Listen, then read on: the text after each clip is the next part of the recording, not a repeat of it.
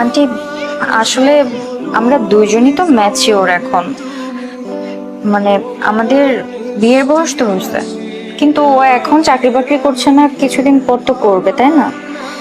আর আমি তো আবার বেশি খাই না, খাওয়া দাওয়া নিয়ে আপনাকে চিন্তা করতে হবে না। আর থাকলো হচ্ছে ভরণ পোষণ, মানে কাপড় চোপড় নিয়েও আমার তেমন কোনো চাহিদা নেই। আপনি যেগুলা পরেন আমাকে ওইগুলাই দিয়ে দিন, যেগুলা পুরানো হয়ে গেছে আমি ছোট করে আমার সাইজে করে পরে নেবো। কি বলে এই মেয়ে? আমার কাপড় ছোট করে নাকি সে পরবে? মেয়ে তো অনেক বুদ্ধিমতী।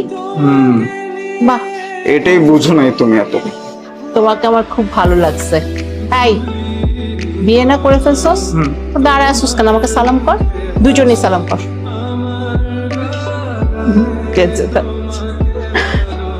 খুশি তো? খুশি না?